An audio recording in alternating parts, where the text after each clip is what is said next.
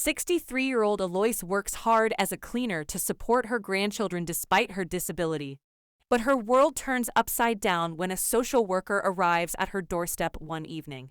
Alois could lose her grandchildren's custody, so she is forced to work extra hours. Her troubles only get bigger when she faints on the job. Alois's heart sank as Alice's words echoed in her ears. The threat of losing custody of Lacey and Corey felt like a dark cloud hanging over her already difficult life. She had sacrificed so much to ensure her grandchildren had a roof over their heads and food on the table, but now it seemed like her efforts might be in vain. The evening continued with a heavy atmosphere in the air. Alois tried to maintain a facade of normalcy for the sake of Lacey and Corey, but the fear of the impending visit from the court lingered in her every move. She couldn't afford to lose the only family she had left, especially after the tragic loss of her own children. As Alois cleaned the dinner table, she overheard bits of conversation between Alice and Lacey. The social worker's questions seemed intrusive, probing into the intimate details of their lives.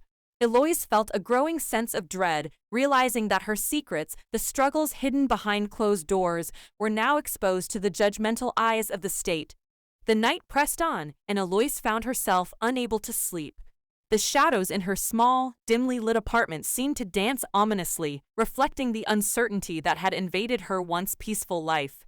She wandered into the living room, where Lacey and Corey slept peacefully, unaware of the storm that was brewing.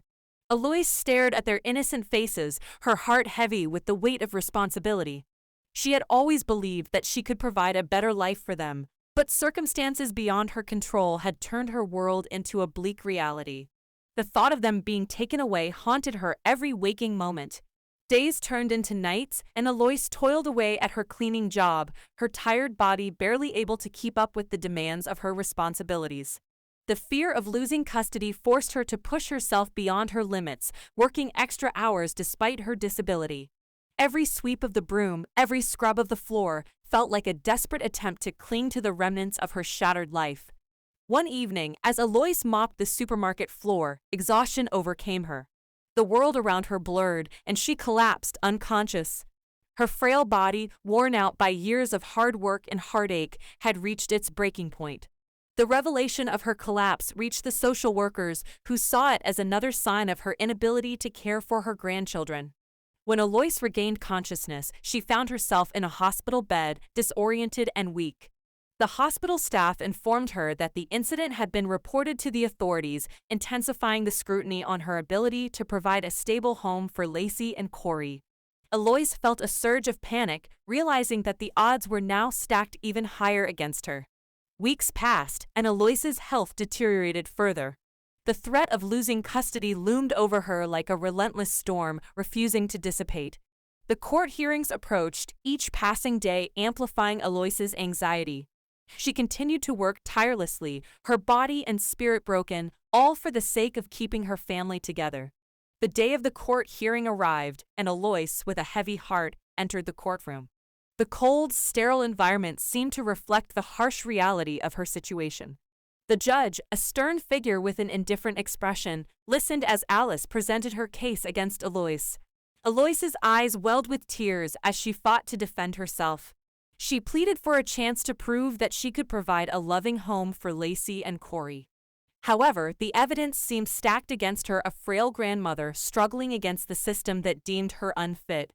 As the proceedings reached a climax, a shocking revelation unfolded. Alice, the seemingly empathetic social worker, was exposed for fabricating evidence against Alois. The court gasped as the truth emerged, a cruel manipulation designed to strip Alois of her grandchildren. In a surprising turn of events, the judge ruled in favor of Alois, condemning Alice for her deceit. The shockwaves reverberated through the courtroom, leaving Alois and her grandchildren stunned. The threat of separation had been averted, but the scars left behind were deep and irreversible. Alois returned home, victorious yet battered. The ordeal had taken a toll on her health, and the once vibrant spirit in her eyes had dimmed. Lacey and Corey, though spared from the clutches of the foster care system, had witnessed the unraveling of their world. The shadows in Alois's apartment seemed darker than before, carrying the weight of the ordeal. The scars of the false accusations lingered, casting a perpetual gloom over the once warm and welcoming home. Eloise, now aware of the sinister forces that had threatened to tear her family apart, clung to the precious moments with her grandchildren, knowing that the specter of the past would forever haunt their lives.